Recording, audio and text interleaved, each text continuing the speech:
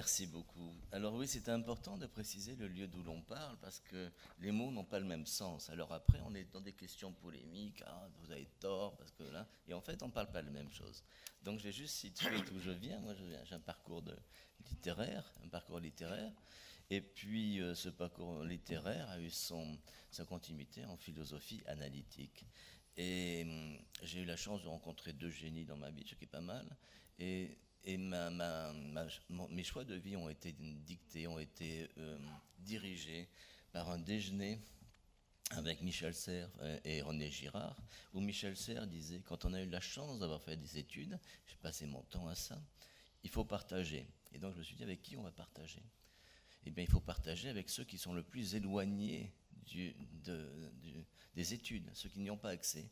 Et donc, à cause de Michel Serres, j'ai enseigné en prison la philosophie, l'aïkido et la littérature. Et j'ai fait deux thèses avant de faire une psychothérapie, parce que ce n'est pas normal de faire deux thèses. Voilà.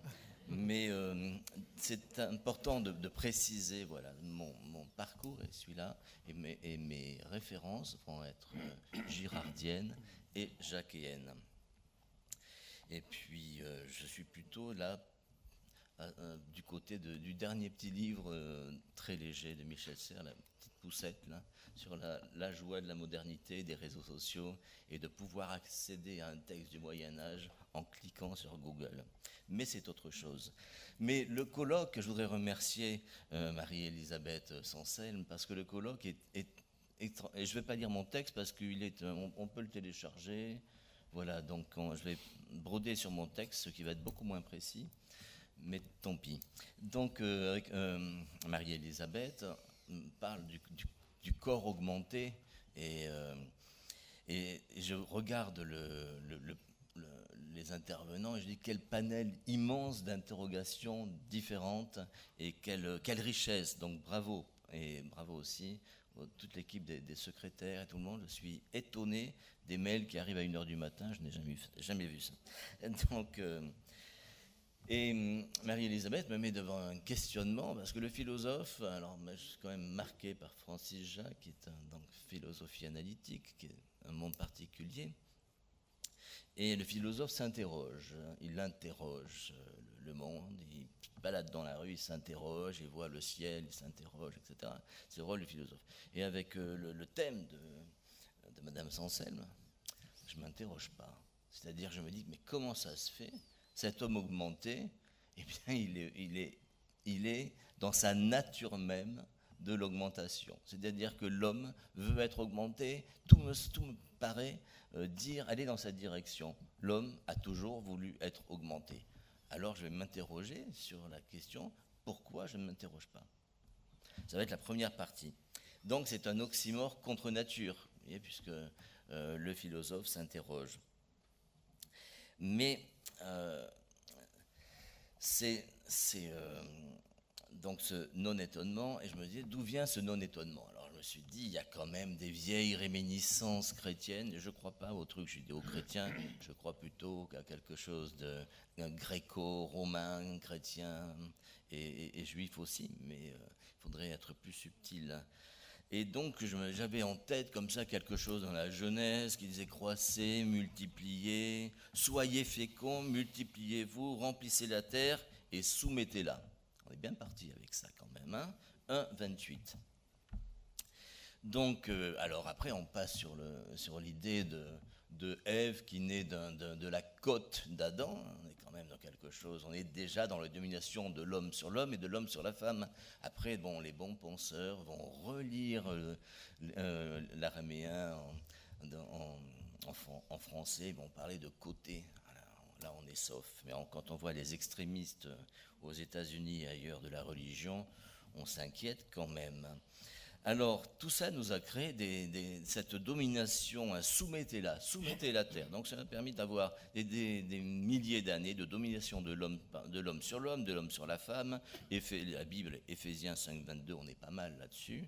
Le Coran, la sourate 4,34. Alors là, les musulmans ont beaucoup de mal avec cette sourate, puisque il y a des choses aller chercher, aller réfléchir sur cette sourate, parce que c'est la domination de l'homme. Alors on dit, c'est le chef de famille, il peut battre sa femme, mais c'est le chef de famille. Non, les textes sont là, comme les textes, il y a des choses dans les textes bibliques sacrés qui viennent d'en haut, qui sont assez inquiétantes.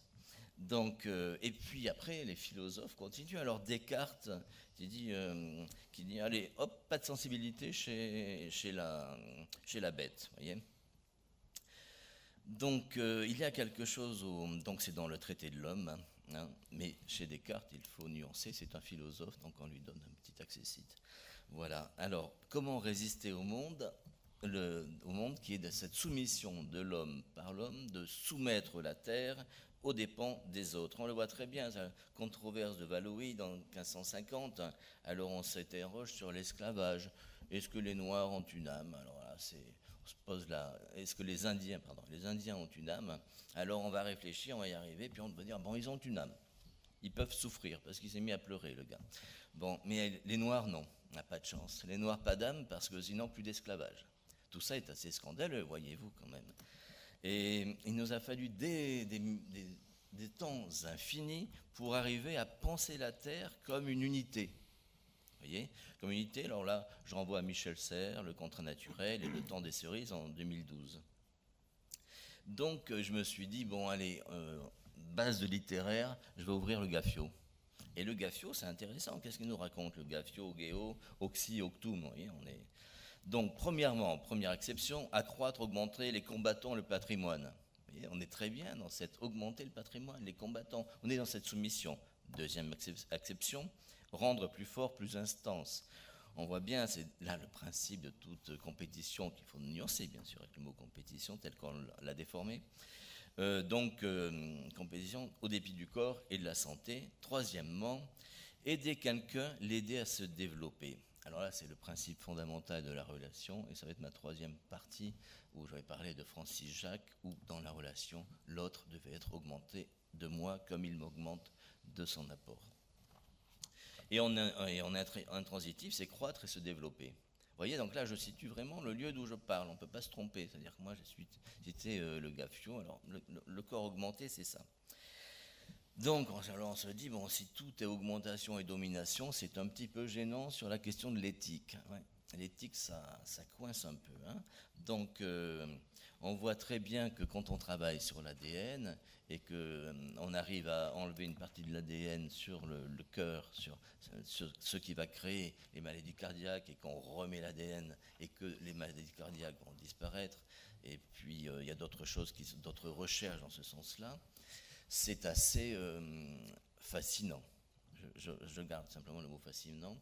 Et après, moi on est toujours jeunes, on a un petit peu le même corps tous les deux. Mais je me rappelle, mes amis des années 80, on avait une belle photo dans une boîte de nuit entourée de danseurs, etc. Et on est une cinquantaine. Et avec une amie, on est 2 au milieu. Tout le monde est mort du sida. Vous voyez ? Donc, vive la science. Parce que maintenant, on ne meurt plus du sida, mais on doit vivre avec. Donc, le corps augmenté, c'est quand même, il y a des moments où c'est pas mal. Alors après, il y a cette question de l'éthique. Alors, j'ai déjà cité Peter Thiel, le Peter Thiel Foundation, qui justement travaille sur le vieillissement, ne pas vieillir. Alors bien sûr, là, on commence à être sur un questionnement, le corps augmenté, le transhumanisme, mais je ne vais pas employer le mot transhumanisme. Parce que bon, et puis on a aussi ce portrait, le portrait de Dorian Gray, d'Oscar Wilde. Non, on n'a pas envie de mourir, on a envie de rester jeune. Et notre culture, attendez, je veux exactement faire une demi-heure, donc je m'arrête à quelle heure? Personne ne sait. Bon. Et donc on voit bien que dans le monde de la sexualité, si on fait sur les moteurs de recherche, les premières demandes sont sur le domaine de la sexualité. Donc le corps augmenté, c'est le Viagra, le Cialis, etc. Donc on a envie de faire l'amour, quel que soit son âge et quelles que soient ses capacités, donc du corps augmenté. Et on revient, ça me l'a rappelé Célimène dans le Misanthrope, l'échange entre Célimène et Arsinoé. Madame, on peut, je crois, louer et blâmer tout, Et chacun a raison selon l'âge et le goût. Il est une raison pour la galanterie et une autre propre à la pruderie. Bon, le problème maintenant, c'est que l'autre et la pruderie n'existent plus. Alors le vieillard de Molière du XVIIe siècle, par Scarron, qui est un cas à part, qui était tout tordu et très vieux, mais le vieillard a 40 ans. Tandis que 40 ans maintenant, on est proche de l'adolescent boutonneux, voyez-vous, qui se pose des questions, est-ce que je quitte ma femme, est-ce que je revis, est-ce que je fais des études, voilà. Donc, comment ne pas dépasser cette augmentation du corps? Bon, la religion, on l'a vu, on est quand même sur quelque chose d'un petit peu inquiétant. Hein, dans ce Laurent Serema R avec ma discipline. Bon, la religion, c'est ce qui amène un petit peu à vouloir la lépidation de la femme infidèle, voire fidèle. D'autres iront plus loin dans l'absolu de l'homme viril et dominant, la lapidation non seulement de la femme violée, mais aussi de celle des homosexuels du genre non solum satetiam, non seulement, mais encore. Pourquoi s'arrêter là, puisque Dieu nous l'a dit. Donc, moi je suis plutôt du côté de Diderot. Tout ce qui est dans la nature ne peut être ni contre nature, ni hors nature. J'en accepte pas même la chasteté et la continence volontaire. Donc on pose la question de la nature. Qu'est-ce que la nature? Et on va penser sa nature selon Montaigne, Rousseau, etc. Mais je ne suis pas sûr de croire en la nature comme quelque chose, comme un nouveau Dieu, voyez-vous. Et les modifications que l'on demande à la nature, c'est un petit peu toute la partie littérature de, par exemple, Baudelaire. Ce n'est pas la nature, c'est le poète de la ville. Et tous ces gens-là nous amènent à une question un petit peu gênante. Ce sont tous des drogués quand même. Hein. Alors vous avez le journal d'un vieux dégueulasse de Charles Bukowski, Les fleurs du mal de Baudelaire, Guillaume Dustan dans ma chambre. Personne ne connaît Guillaume Dustan. C'est une chance parce qu'il est extrêmement polémique et là j'aurais plein de questions méchantes. Et puis Miles Davis, Chuck Baker, Ray Charles, on est en face de lutins magnifiques de la musique et tous des drug addicts. D'accord. Donc la drogue c'est pas bien. Ok. On dit la drogue c'est pas bien, mais ça a permis quelques génies d'écrire des choses pas mal. Et alors moi je me rappelle un dessin de Claire Bretécher, une bande dessinée. Après, je m'arrête un peu de la provocation. Où Claire Bretécher représentait un groupe d'ados dans le noir avec un adulte tout sentencieux, genre perd la rigueur, etc. Alors il disait aux adolescents, alors la drogue, j'ai été violé par mon père, ça a été terrible, ça me permet, etc. Puis on voit la dernière vignette. Et alors pour vous? Elle répond, pour moi rien, la drogue c'est bon. Bon alors alors après, ayant dit cela, frisez votre excommunication. Je veux dire que toute ma vie, je me suis battu contre la drogue, contre l'usage de la drogue, et qu'en ayant travaillé en prison, puis en ayant créé un centre, donc les 2 livres sont achetés à un prix dérisoire d'ailleurs, un centre pour jeunes adolescents hyper violent, naturellement, notre travail dans une équipe, parce qu'on ne peut travailler qu'en équipe, c'était de réduire la drogue. Et puis la drogue de Jean Cocteau l'a détruite, l'opium l'a détruit, mais en même temps, chez ces adolescents, c'est complètement autre chose. Ils sont dans la désestime de soi, dans la haine de soi, et quand ils arrivaient le matin, ils avaient pris déjà 5 joints, ils avaient fumé 5 joints. Donc le deal avec eux, c'était, bon, continue à fumer, pourquoi pas, mais à 17h. Avant, on va travailler sur les grands textes, on va faire du théâtre, on va faire... voilà. Et puis en fait, la consommation diminue. Et ce qui est extraordinaire, c'est que ces adolescents qui avaient mis le feu à leur collège, etc., vous avez vu peut-être dans les journaux, enfin, c'était des critères pour nous les recevoir, vous voyez, arrivaient au centre avant nous. Et moi, je ne suis pas du matin du tout. Donc, j'étais là quand même à 9h, mais ils étaient là avant pour travailler. Donc, on voit qu'il y a un espoir extraordinaire et que les choses sont différentes. et qu'il faut il faut naturellement dénoncer, parce que derrière la drogue, il y a des réseaux mafieux, il y a la prostitution, d'autres choses. Mais en même temps, il y a cette volonté de sortir. Les choses sont beaucoup plus complexes. C'est simplement ce que je voulais dire. Et encore, je vais vous dire d'aller voir Anquetil tout seul, mais je ne vais pas le redire encore une fois, parce que justement c'est la vie d'Anquetil qui adore l'excès, la vie, la drogue, qui va payer ses poulies d'or pour être second. Il dit toi t'es un bon second, etc. Et la pièce à Paris, Anquetil tout seul, est vraiment très intéressante pour réfléchir sur justement qu'est-ce que la compétition à outrance. C'est-à-dire qu'on demande aux gens d'être les meilleurs et après on s'étonne qu'ils se droguent. C'est intrinsèque comme principe. Donc, il faudrait donc poser la question du type de drogue, qui la prend, la capacité à l'addiction de chacun, du milieu social, d'évaluation, la spécificité de chaque drogue, de leur application culturelle et ethnologique. Vous voyez, Molly Hell, qui est venue une semaine, donc Molly Hell, pour ceux qui n'étaient pas là, est en fauteuil roulant et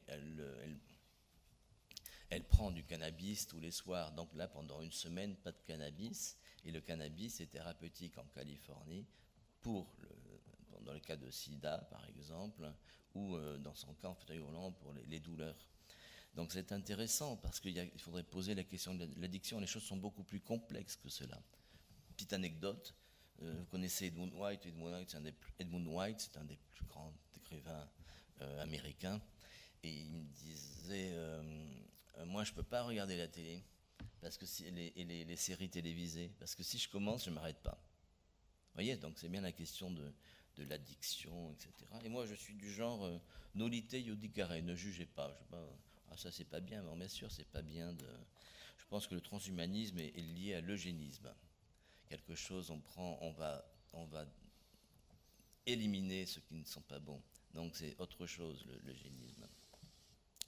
Mais revenons au corps augmenté et c'est amusant parce que devant un parterre de médecins, etc., je pense que qui n'a pas pris d'ordinateur, c'est-à-dire pour résister à. Voilà, alors ordinateur, c'est des amphétamines que toute la fac de médecine de Montpellier prenait, c'est-à-dire pour résister, etc. Tout le monde prenait de l'ordinateur. Vous voyez, donc après, c'est pas très bon pour la santé.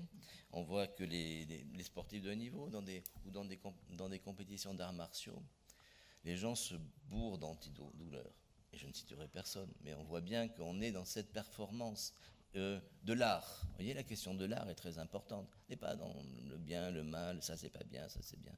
Parce que dans le monde de l'art, pour faire le geste pur, arriver au geste pur, c'est pas évident quand on n'arrive pas à se lever le matin, quand l'épaule est coincée, etc.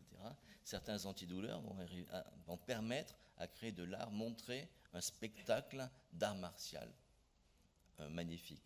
Donc ce n'est pas si simple que ça. Puis une autre anecdote sur justement les antidouleurs et le dépassement de soi. J'ai pensé à des amis danseurs de l'Opéra de Paris, et qui eux ne prennent pas d'antidouleurs. Voyez, alors que dans le monde des arts martiaux, dans le monde de la compétition, on est sur tout ce qui est possible.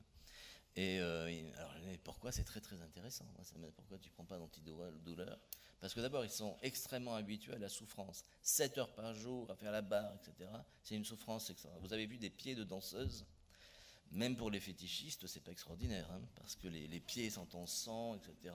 Donc ils sont habitués à la douleur. Ils ne prennent pas d'antidouleur parce qu'ils ne sentiraient plus là où le corps va lâcher.